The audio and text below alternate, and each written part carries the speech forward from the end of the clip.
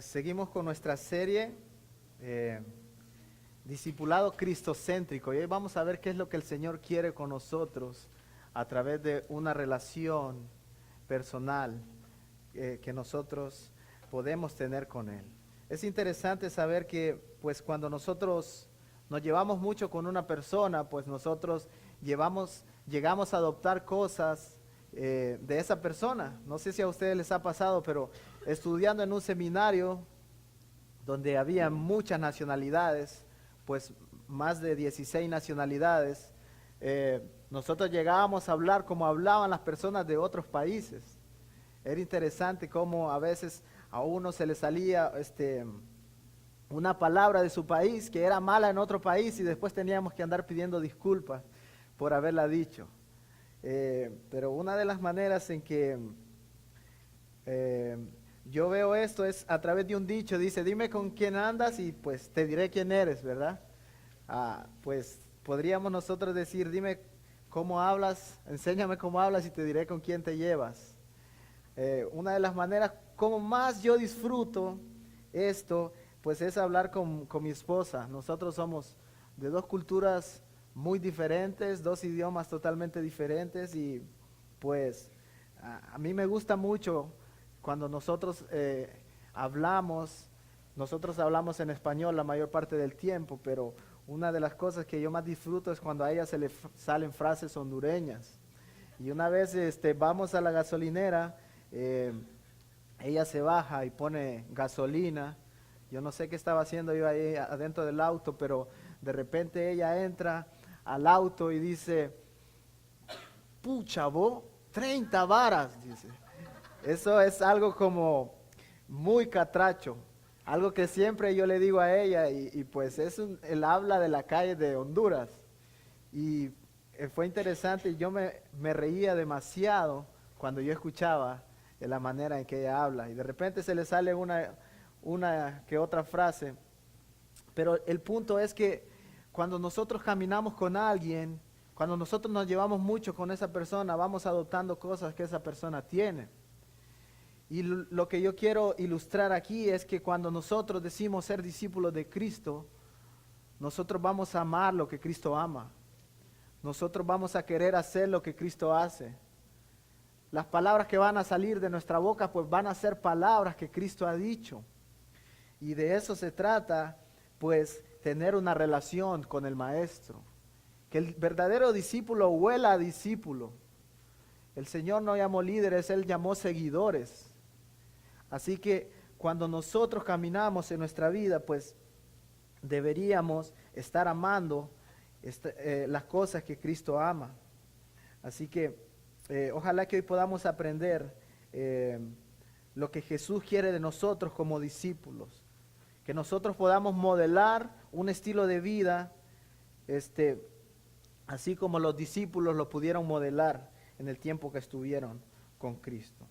Así que si tiene ahí su Biblia, vamos a ir a Marcos capítulo 3, versículo 13 al 19.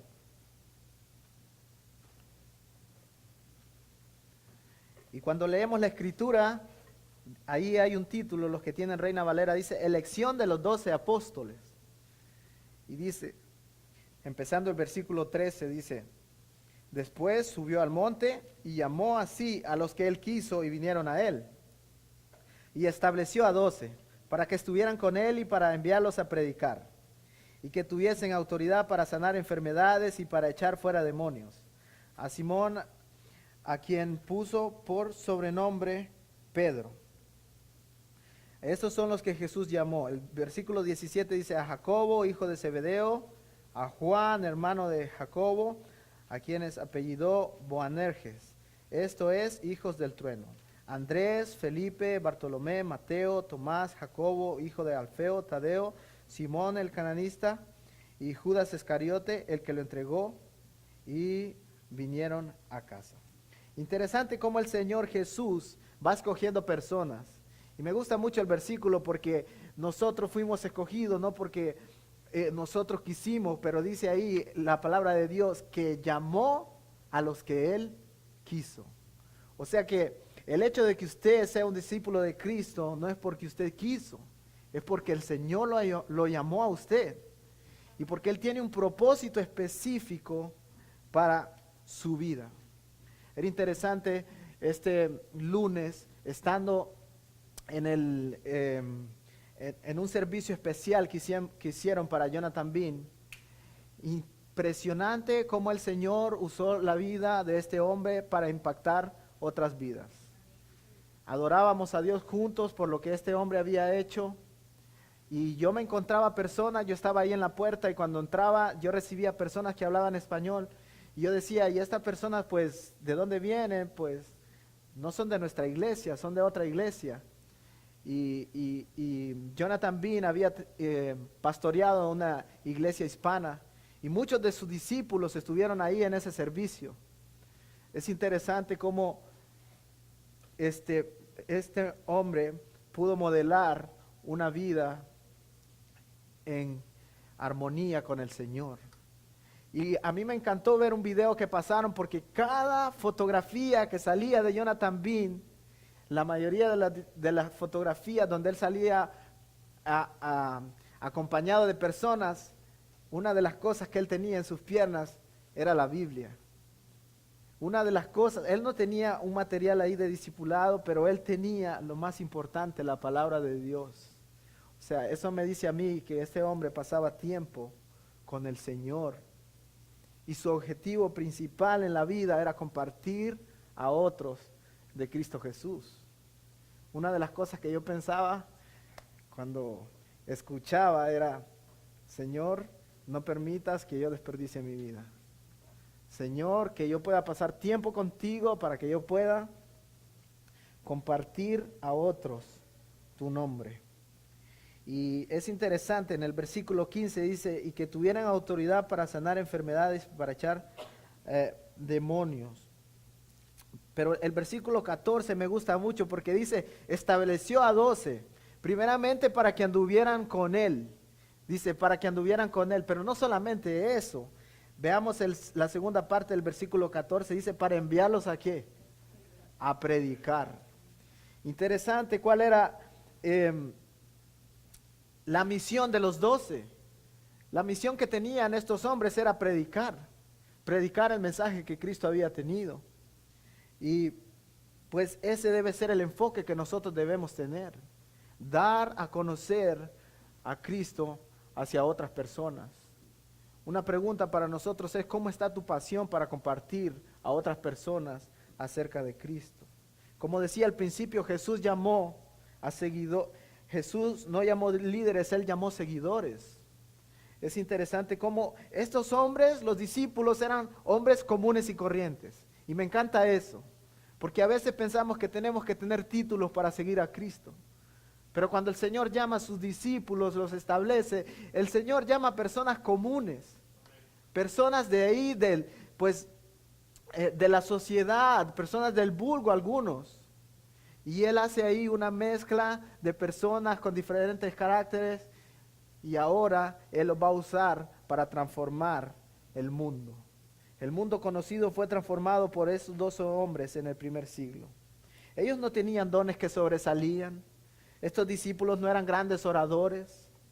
De hecho, no eran parte de la élite religiosa de ese tiempo. Eran personas comunes y corrientes. Ni siquiera eran hábiles intelectualmente. Comúnmente vemos a Jesús diciéndole, se equivocaron en esto, aún están dormidos, no pudieron quedarse orando, les dice Jesús. Y después cuando Jesús hace un milagro, después les dice, Señor, ¿qué hacemos con toda esta gente que está aquí? Y el Señor les dice, pues denle ustedes de comer. El Señor está ahí enseñándoles paso a paso. Pero vemos que no eran personas tan hábiles para aprender. Eso a mí me da esperanza. Y me da pues una satisfacción porque sé que en la manera en que yo soy, el Señor me puede usar y me quiere usar. Y cada vez que yo miro a una persona, como les he dicho, yo pienso, ¿cuál es la manera en que el Señor va a usar a esta persona para su gloria?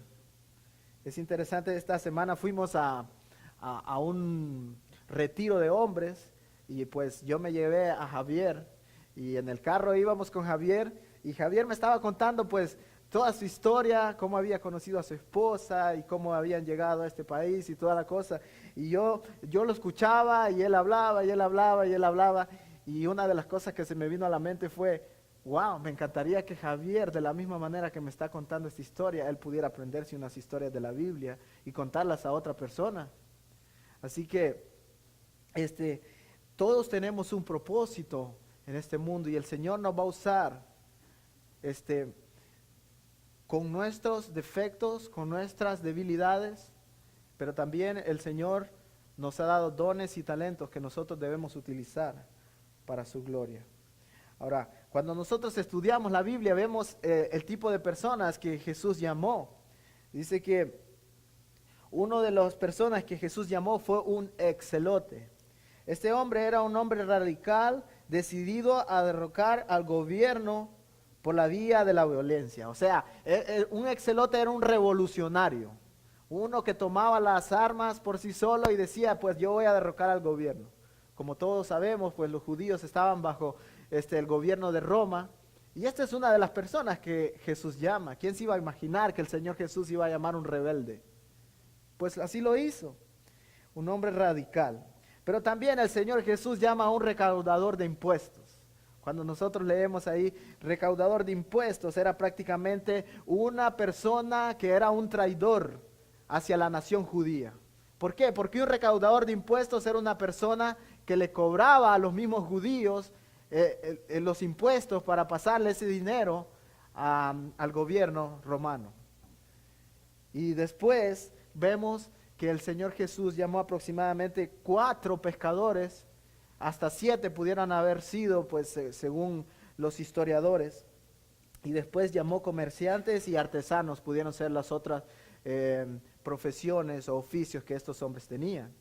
Ahora, cuando nosotros vemos aquí a las personas que Jesús llamó, no vemos a ningún erudito, no vemos que el Señor llamó a un gran estudioso de la Biblia, a un gran orador para que pudiera transformar al mundo.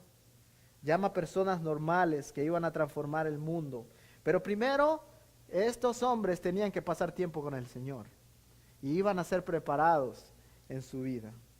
A pesar de su humildad, a pesar de sus fallas de carácter, a pesar de eso, su ministerio sigue ejerciendo influencia hasta el día de hoy. Y esto me llega a preguntarme una cosa: el día en que nosotros muramos, ¿cuál va a ser el legado que nosotros vamos a dejar para las próximas generaciones? ¿Cuál va a ser el legado que nosotros vamos a dejar? El entrenamiento que Jesús hacía de sus discípulos fue intensivo. Su ministerio desde su bautismo hasta su resurrección duró más o menos 3 años. Y se dice, según los estudiosos, que después de 1 año y medio fue hasta ese punto donde Jesús llamó a sus 12. Quiere decir que si su ministerio duró 3 años, pues, y ya había pasado 1 año y medio desde que Jesús se bautizó, Jesús invirtió 1 año y medio más o menos en sus discípulos. O sea, el tiempo que Jesús pasó con sus discípulos no fue 20 años, no fue 5 años, fue 1 año y medio. Y ese tiempo fue suficiente para enseñarle a sus discípulos cuál era la misión que ellos tenían en este mundo. Uno de sus discípulos, como todos sabemos, se llamaba Simón. Ahora, me encanta este personaje porque es un carácter que tiene muchas cosas de las cuales nosotros podemos aprender. Fue Simón, el hijo de Jonás, quien fue traído a Jesús por su hermano Andrés. En el primer encuentro que Jesús tiene con Simón, Jesús le cambió el nombre y le dijo, te llamarás Cefas, que quiere decir Pedro. Ahora, cuando nosotros estudiamos este nombre, significa que Pedro significa roca, un pedazo de piedra, o sea, algo firme. Cuando vemos el carácter de Pedro, es un hombre que no es tan firme, es un hombre desbocado que siempre está ahí diciendo, Señor, yo te voy a seguir hasta el fin del mundo, y de repente lo vemos haciendo una cosa diferente. Pero el Señor lo iba a usar y el Señor iba a tomar ese tiempo para preparar a Pedro. El Señor iba a tomar ese tiempo en relación con Pedro para llevarlo hasta el punto donde Jesús quería que él estuviera. Así que él normalmente estaba haciendo promesas que él no podía cumplir. Pedro fue aquel que le dijo al Señor Jesús: Señor, aunque todos te abandonen, yo nunca te voy a abandonar. Unos minutos más tarde él estaba negando a Jesús. Pero Pedro tendría una transformación en su carácter. Llegaría a ser la roca que Jesús visualizó. Y déjeme decirle, cuando el Señor nos escoge a nosotros, Él ha visualizado lo que el Señor quiere hacer con nuestras vidas. Como todos sabemos, la ocupación de Pedro era un simple pescador. Comúnmente en los escritos del Evangelio, cada vez que Jesús llama a Pedro Simón, es porque Jesús lo va a regañar. Y vemos que hay muchas veces que le llama Simón. La mayor parte de las veces que Jesús lo llama Simón es porque lo va a corregir. Así que, como todos podemos imaginar, Pedro era una de las personas que no le gustara que lo llamaran Simón, aunque era su nombre que había tenido por toda la vida. Pero cuando él tenía relación con Cristo, normalmente era porque el Señor lo iba a regañar. Ahora, cuando nosotros vemos los escritos del Evangelio de Juan, nosotros vemos que el apóstol Juan, quien fue otro de los discípulos de Cristo, le dice Simón Pedro. Comúnmente le llama así en Juan. ¿Por qué? Porque Juan era amigo, estaba ahí cerca de Pedro, no sabía cómo llamarle. Si Simón, el desastre que era, o Pedro, lo que estaba por ser. Entonces podemos ver que había una transformación progresiva en la vida de Pedro. Después de que Jesús murió, Pedro fue uno de los primeros en decidir volver a la pesca. Él dijo: bueno, no funcionó todo, seguimos al maestro, pero ahora el maestro está muerto, así que yo sigo con lo que yo estaba haciendo, me voy a pescar. Pedro fue uno de los primeros que decidió. Eso lo encontramos en Juan, el capítulo 21. Pero cuando Jesús aparece a sus discípulos después de su resurrección, Jesús aparece para hacer algo interesante con la vida de Pedro. Jesús aparece para hacer una restauración en la vida de este discípulo. Después de que Pedro le había negado 3 veces, Jesús viene ahí en el capítulo 21 de Juan y se aparece a sus discípulos. Pedro sabía que le había fallado al Señor, pero el Señor Jesús hace algo y le dice, comienza a hablar con Pedro en uno de esos encuentros y le dice: Pedro, ¿tú me amas? Y entonces, pues, sí, Señor, te amo, responde Pedro, como siempre él con una respuesta inmediata, afirmativa. Y después el Señor le vuelve a preguntar: Pedro, ¿tú me amas?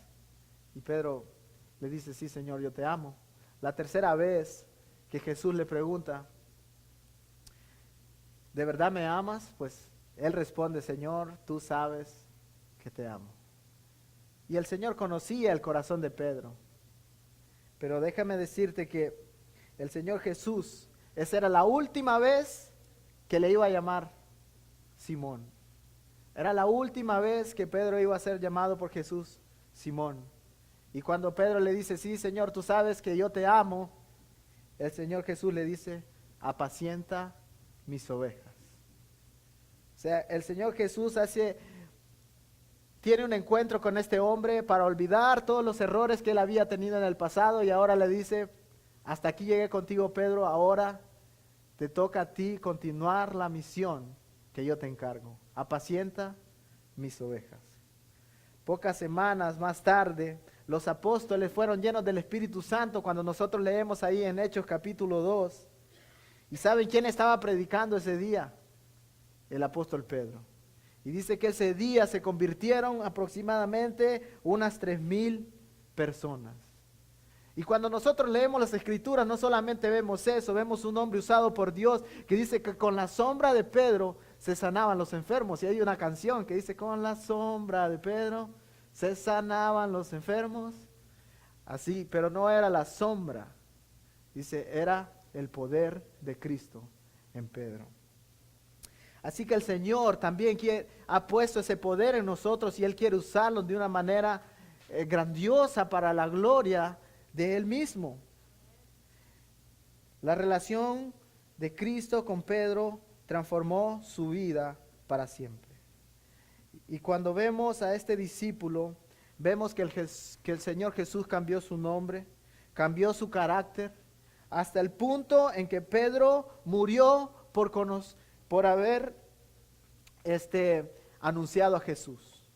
Los historiadores dicen que Pedro murió crucificado, como la mayoría de los otros discípulos murieron de esa forma. Y al hacerme una pregunta, ¿cómo está mi caminar con Cristo? ¿Qué tan capaz soy yo de dar mi vida por la obra de Cristo? Es interesante que el Señor pide todo de nosotros. Y quizás no todos nosotros vamos a ir y morir en esos países difíciles, ahí en donde hay persecución. Pero la pregunta es, ¿estás dispuesto a darlo todo por Cristo, aun cuando el Señor te pida sacrificar tu vida? Estos discípulos, la mayoría de los discípulos estuvieron dispuestos. Y cuando el Señor Jesús le dijo, vengan, síganme, ellos lo dejaron todo. Y siguieron a Jesús sin ninguna excusa. Así que nosotros también hemos sido llamados para ser transformados por el Señor. Y Dios quiere que nosotros avancemos en la vida cristiana. Ya te hago una pregunta, ¿cuánto has avanzado tú desde el año pasado hasta ahora como discípulo de Cristo? ¿Cuánto has conocido al Señor? ¿Cuánto estás disfrutando a Jesús? Es importante avanzar como discípulos de Cristo. Vemos el proceso que Pedro tuvo. Es interesante que había un pastor que siempre animaba a su congregación a poder avanzar, a seguir conociendo al Señor. Y vino un miembro de esa iglesia y le dijo, pastor, ¿sabe una cosa? Yo no estoy avanzando, pero yo le voy a decir algo, pastor. Lo importante es que yo por lo menos no estoy retrocediendo, le dijo. Así que por lo menos yo me mantengo, le dijo. Un día, pues cayó una tormenta, este hombre iba en su auto y su auto cayó ahí en el fango, quedó en el lodo y pues hay una palabra que se dice quedó embancado el carro. O sea que la tracción no le funcionaba para que él pudiera salir del lodo donde había caído. Lo interesante es que la primera persona que se le viene a la mente a él es llamar al pastor, como algunos de los hermanos, ¿verdad? Claro, el pastor les va a ayudar seguramente, eso está bien. Así que llama al pastor y entonces el pastor le dice, yo estoy aquí atascado y yo no puedo salir con el carro, ¿usted puede venir a ayudarme? Y el pastor le responde, tranquilo muchacho, le dice. Lo importante es que no estás retrocediendo, así que estás bien, le dijo. Así que el pastor le dio esa lección. La lección para nosotros es que nosotros debemos estar avanzando en la vida cristiana. Si nosotros estamos estancados, pues no estamos cumpliendo el propósito que el Señor quiere con nosotros, que es avanzar cada día más en conocerle a Él.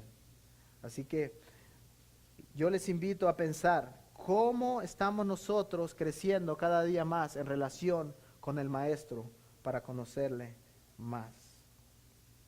Hechos capítulo 4 nos dice que Pedro hablaba con denuedo.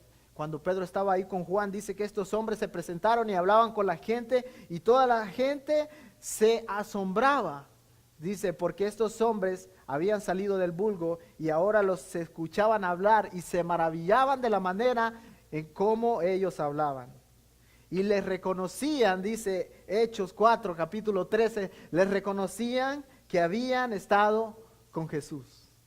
La pregunta para nosotros es, cuando nosotros nos conducimos allá afuera, ¿la gente reconoce que hemos estado con Jesús? ¿Es Jesús la primera cosa que tú anuncias cuando estás allá afuera? Y muchas veces no es necesario anunciarlo. La gente va a ver tus acciones, la manera en cómo te comportas, y van a saber de que hay algo diferente, de que has caminado, de que has estado con Jesús. Pero déjeme darte, ya casi terminando, y cuando un pastor dice ya casi estamos terminando, significa que hay un poquito de tiempo más. Pero déjame darte algunas de las cualidades que Pedro tenía, que le ayudaron a crecer en su vida cristiana. Pedro era un líder con curiosidad. Pedro era un líder con curiosidad. Y Pedro fue uno de los que más preguntaba. Pedro nunca se quedaba callado. Pedro pedía a Jesús que le explicara frases difíciles de entender. Mateo 15:15, Lucas 12:41, si estás apuntando, esos son preguntas que Pedro le hizo a Jesús. Pedro un día se le acercó a Jesús y le dijo: Señor Jesús, ¿cuántas veces yo debo perdonar a aquellas personas que me ofenden? Y entonces el Señor Jesús le respondió. Y le dio un número exagerado, ¿verdad? Para que Pedro supiera de que debería perdonar cuantas veces fuera ofendido. Pero no solamente eso. Pedro un día se le acerca a Jesús, ahí en Mateo capítulo 19, y le dice: Señor, ¿qué recompensa vamos a tener nosotros por haberlo dejado todo y seguirte? Pedro era un hombre atrevido. Lo interesante es que, lo que quiero que notemos es que Pedro era un hombre con curiosidad. Él quería saber: Señor, ¿qué ganamos nosotros por haber dejado todo y seguirte? Él no se quedaba callado, él siempre preguntaba, él siempre quería saber más. ¿Sabe? Como cristianos debemos preguntar, hágase preguntas difíciles. Pregúntese por qué eso y por qué no lo otro, por qué nosotros hacemos el culto de esta manera, por qué nosotros evangelizamos, por qué las misiones. Preguntémonos cuando leamos la palabra de Dios, leamos el texto, hagamos preguntas. De esa manera nosotros vamos a conocer más el corazón de Cristo Jesús. Pero no solamente Pedro era un hombre con curiosidad, Pedro tenía otra característica. Pedro era un hombre que tomaba la iniciativa. Pedro era un hombre que tomaba la iniciativa. Él no solamente hacía preguntas, pero Pedro era el primero en que respondía a preguntas. Cuando el Señor Jesús hacía preguntas, ahí estaba Pedro y decía: yo primero, Señor. Era un hombre que tomaba la iniciativa. Pedro respondió a una pregunta cuando Jesús le dijo: ¿quién dicen ustedes que soy yo? Y viene Pedro y responde, ¿verdad? Bajo la dirección del Espíritu Santo: tú eres el Cristo, el Hijo del Dios viviente. Interesante cómo él siempre estaba ahí para participar. Pero la última tiene que ver con eso. Un discípulo es comprometido a participar. Y Pedro era un discípulo comprometido a participar en la obra de Cristo. Cuando nosotros vemos ahí en Mateo 14, cuando los discípulos piensan, ellos van en el agua y piensan que han visto un fantasma, y al final era Jesús quien estaba ahí. Y Jesús está caminando por el agua, pues él era Dios todopoderoso. Pero Pedro lo ve y pues Jesús le hace un llamado y le dice: Pedro, ven. Y Pedro sale de la barca y comienza a caminar. Y dice que más adelante pues Pedro se comenzó a hundir. Algunos dicen que pues porque tenía falta de fe. Pero lo interesante es de que Pedro tuvo el valor de participar. Él no se quedó en la barca, él quería experimentar lo que el maestro estaba experimentando. Pedro vio a Jesús caminando ahí por el agua y él dijo: yo quiero hacer lo mismo que el maestro está haciendo. Ese debería ser el corazón de nosotros como discípulos. ¿Qué era lo que Cristo hacía? Cristo enseñaba, Cristo invertía en personas. El Señor nos dejó el ejemplo. Cristo se sometía a las leyes, Él se sometía a la voluntad del Padre. Así deberíamos hacer nosotros con Cristo, someternos a lo que Él quiere que nosotros nos sometamos. Así que esa era Pedro, un hombre que tomaba la iniciativa, un hombre con curiosidad, pero un hombre dispuesto a participar. Hermano, la vida cristiana es una vida participativa. Déjeme decirte que usted no fue diseñado para venir y sentarse 20 años en la misma silla que se sienta cada domingo. El Señor quiere personas participativas, que tengan el valor de arriesgar hasta su propia vida por dar a conocer al Señor Jesús. Así que mi pregunta para ustedes es: ¿ustedes quieren ser un jugador en la vida cristiana o quieren ser un espectador? Porque si eres un espectador, lastimosamente la vida cristiana te va a aburrir. Vas a pasar 20 años ahí y vas a llegar al punto donde vas a decir: ¿qué hice todos estos 20 años? Tengo un amigo, él se llama Brian. Este muchacho eh, estaba yendo todos los domingos a la iglesia. Él iba a la iglesia, era una rutina, iba y después regresaba, iba y después regresaba. Después de muchos años de estar ahí yendo con sus padres a la iglesia, él llegó a hacerse una pregunta: ¿esta es la vida cristiana? ¿Este aburrimiento que yo tengo realmente es lo que significa ser cristiano? Y él comenzó a tener ahí un estudio bíblico, a averiguar qué era lo que significaba ser realmente un verdadero cristiano. Y Brian se dio cuenta de que él estaba desperdiciando su vida. ¿Por qué?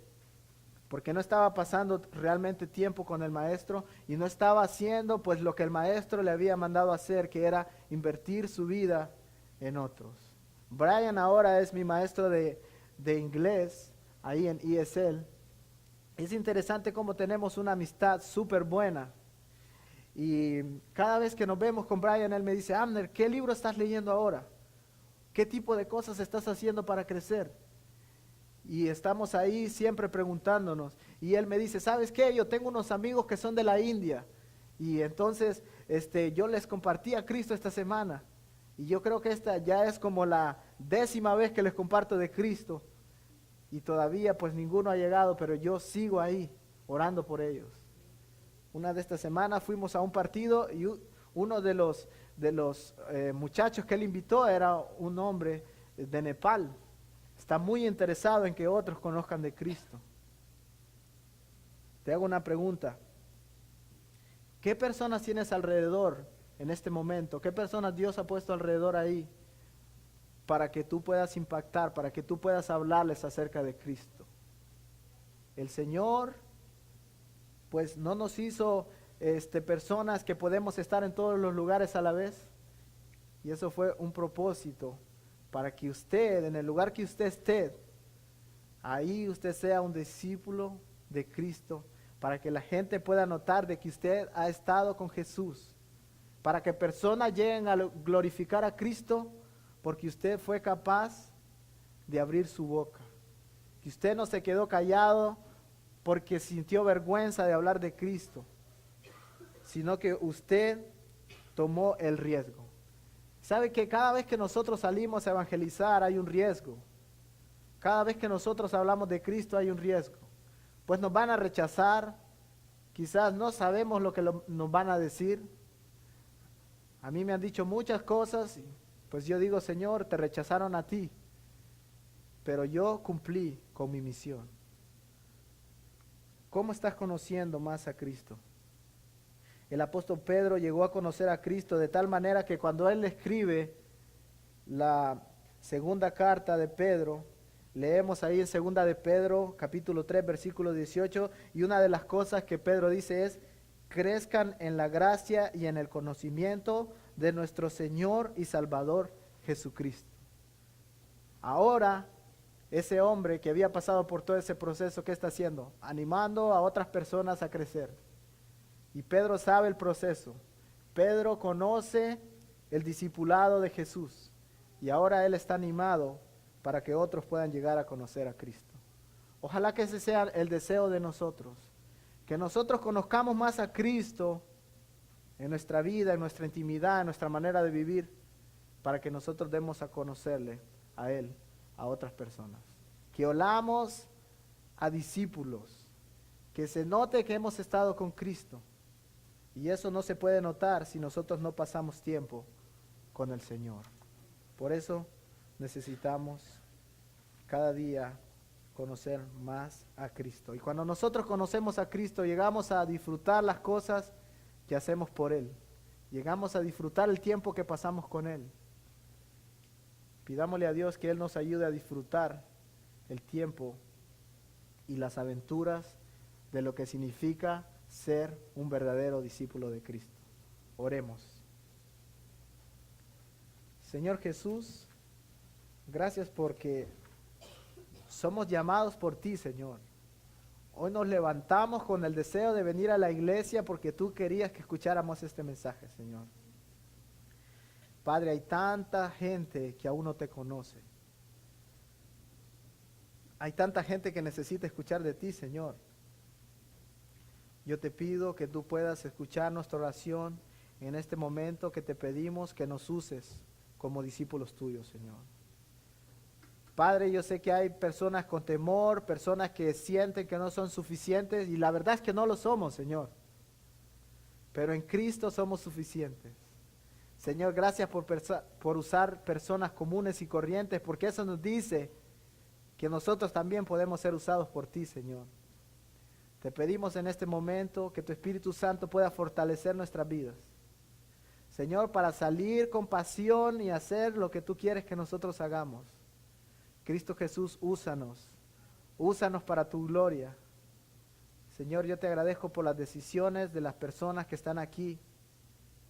Yo te pido que hayan personas que hoy en su corazón decidan hacer cambios en su vida para conocerte mejor. Señor, que no solamente digamos con nuestra boca que somos cristianos, pero Padre, que lo demostremos con una pasión, con un amor hacia ti, Señor, que te dé honra y gloria con nuestra vida.